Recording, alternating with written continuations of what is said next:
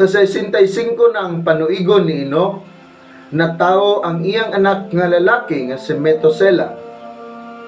Human mataw si Metusela, si Enoch nagkinabuhi nga matinumanon sa Dios sulod sa laing 300 ka tuig og nakaliwat siya ubang mga anak. Miabot ang iyang panuigon og 365.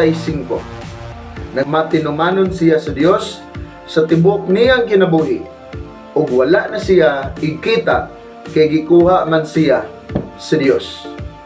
Matud pa dinhi sa atong gibasa, sulod sa laing 300 ka tuig si Enoch nagkinabuhi nga matinumanon sa Dios. Kumusta kapila na kakatuig nakakaplag og Dios sa imong kinabuhi? Di lang taman kay nakaila og Dios, kundili nagkinabuhi gyud nga matinumanon sa Dios. Bulahan ka, panalanginan ka sa Dios, labi na kung batanon ka pa nakakaplag na og Dios. Batanon ka pa nakaila sa Ginoo mga igsoon, kay ang batanon mga igsoon naa pa nimo ang kusog.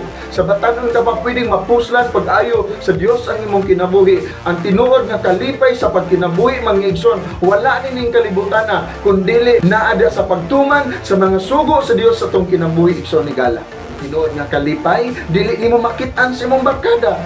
Ang tinuod nga kalipay, dili nimo makit-an bisan asa mga igsoon. Kay ang tinuod nga kalipay, makaplagan mo lang diha sa pagtuman sa mga sugo sa Dios sa imong kinabuhi.